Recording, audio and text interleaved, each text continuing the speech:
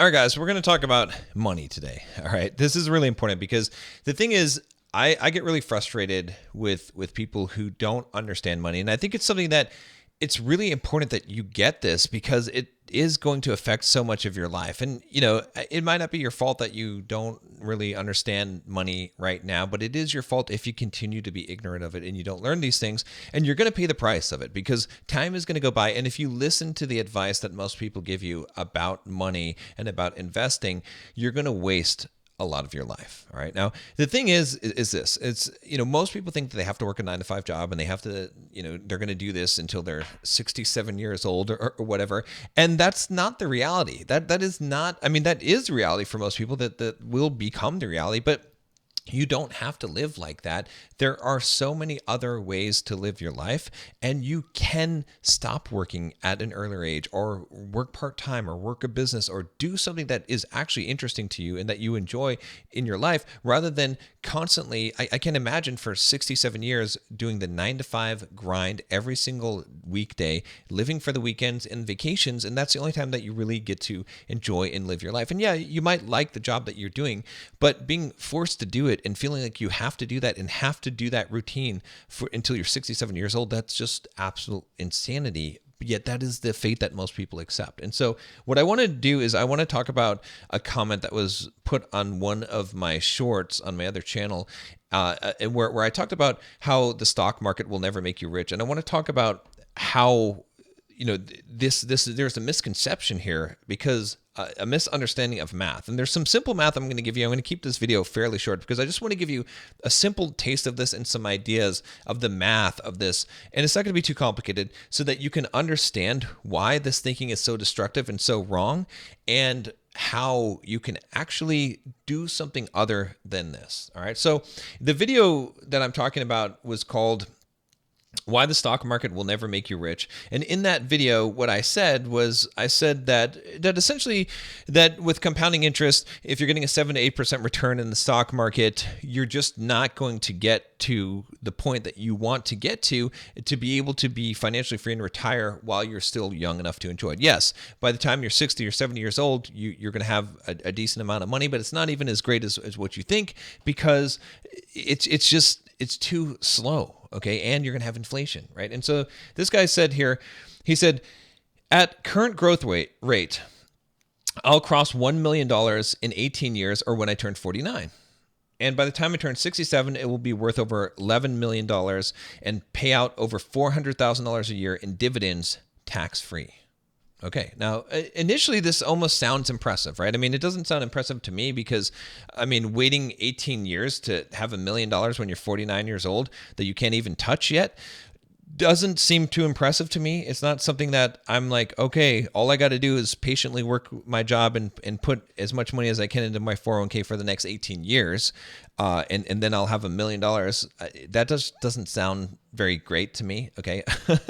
And then, when he's 67, okay, $11 million. Okay. That sounds better. And $400,000 a year in dividends. So that seems like a great thing. And it is tax free. So I'm assuming that he's putting his money into his 401k. However, here's the problem with this. The problem there's two problems with it. So at the surface level, the problem is inflation. Okay. And I can just show you the numbers on inflation here if you want to see what it looks like, because he hasn't taken this into account. And I think if you don't take inflation into account, it's going to skew your perception of these things. But let's just take, let's take his $1 million number. Let's start with that. Okay. And let's put that into, let's see, what is that? 2041, I think. Yeah. So 2041.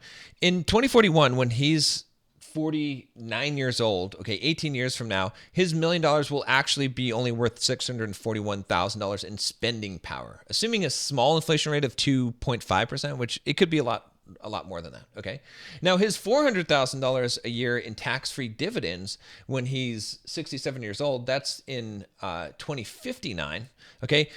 It's only worth $164,000 in purchasing power, of today's purchasing power. Okay, which is not a horrible amount of money to have, but to do all that work and sacrifice to get to that point, and then hopefully you even make it to 67, which is not guaranteed, by the way, and you're putting your life on hold for all this time, it does not make a lot of sense to me. It really is a bad plan.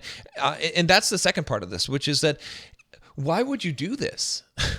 Why would you hope? Is this really the best that you can hope for in life? I mean, maybe, at some point, yes, maybe I thought that the same thing because I was told this. And that's the problem is you're told this. You're told to go to school, get good grades, get a job, put your money in your 401k, and then over time, eventually, when you're old enough, you'll be retired and you'll be able to actually live your life and enjoy it, which just seems absolutely ridiculous to me. Okay, there is a better way to do this. And let me just give you, let me just give you the real simple of this, okay? Just from a mathematical standpoint, and like I said, we'll keep this pretty short and simple so that it doesn't get too crazy here. Okay, let me just tell you again. Some people say, okay, well, stock market, yeah, John, I can get better returns than 6 or 7% or 8%, whatever.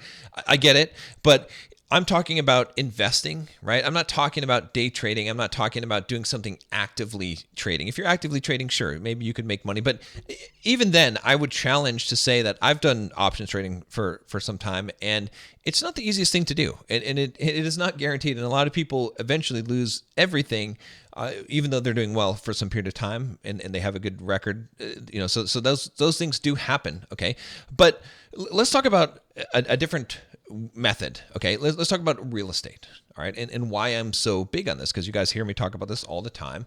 Why is real estate such a good investment? Well, it's real simple. Okay, let's say you buy a house for $100,000. All right, now if you just bought that house cash without leverage, just like any other investment, like a stock, then you would just get your return, whatever your cash flow is on that property. Let's say the property goes up 3% in value in a year. Okay, which is a pretty reasonable amount. Then you've made your 3% return, plus you've got some cash flow from the rent that's coming out. So maybe your total return is 5, 6, maybe 7% on a real estate property. Okay, seems like, yeah, it's not better than the stock market. So why would you invest in real estate? Well, the key is leverage. Okay, if I buy a house for $100,000, I can put $10,000 down on that house. Okay, and borrow $90,000 from the bank. All right, or I could put $20,000 down and borrow $80,000 from the bank. There's different, depending on how leveraged you want to be. Okay, there's actually a program now where you can put 5% down, but let's say 10% for our calculations. Okay, so if I put 10% down, okay, that's my $10,000, and the property in 1 year goes up 3%.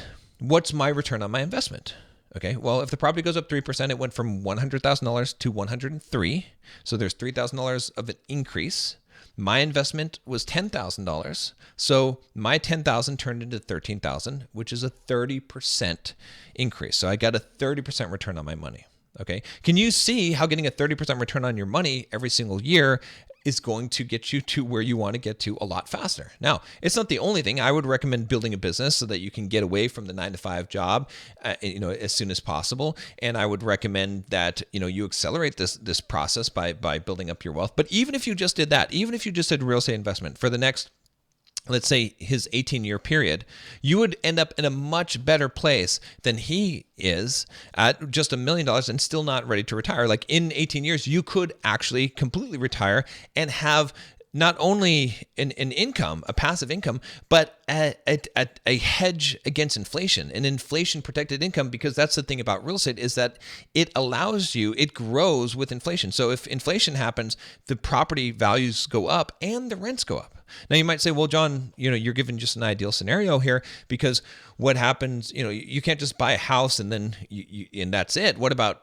the mortgage payment that you got to pay and the expenses on that property? Well, what we're assuming in this calculation is that it's a wash with the rent. So you're not going to get any rent in your pocket, at least at first. In a few years, you will actually as rents go up. But we're just going to say that the tenant pays the mortgage, right? That's the ideal situation. And that is an achievable situation. I've done it many, many times. Okay. And when you have that situation and you're getting 30% return on your money, you're going to get there a lot faster, right? So again, I'm not trying to destroy anyone's dreams here about investing in the stock market and whatnot. And there are places where it does make sense, especially if you're able to get a dividend yielding stock and then sell options against that.